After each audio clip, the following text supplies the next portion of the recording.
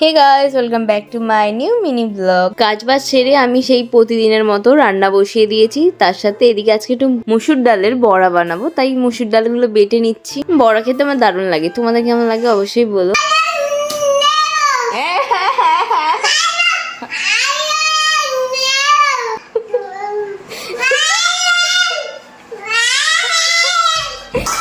আচ্ছা দেবো। দেখেছো তো বিনা কারণে বাড়িতে এসে এরম চিল্লায়।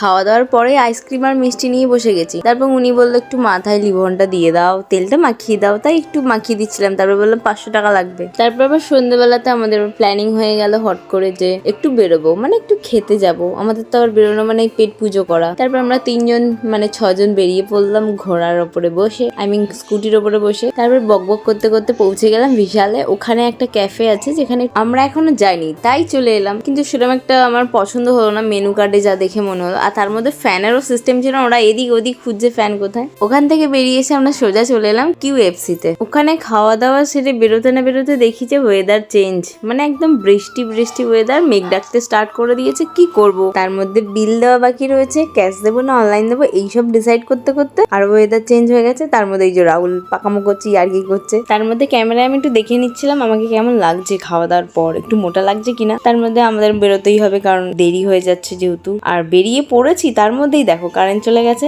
রাস্তায় আমাদের আবার দাঁড়াতে হলো, যা জোরে বৃষ্টি আর ঝড় এসেছে। তখন কে যে কোথায় আছে না দেখে যে যার মতো লাফিয়ে এসে আগে দৌড়ে একদম ছাদের নিচে দাঁড়িয়ে পড়েছি। তারপর যা হবে দেখা যাবে। বিশাল জোরে ঝড় এসেছিল, আমরা তো ভাবলাম বাড়ি যেতে পারবো না আজকে, মানে এখানেই দাঁড়িয়ে থাকতে হবে, যা বিদ্যুৎ চমকাচ্ছিল। এত ঝড় কেন গো? চাবি নেই।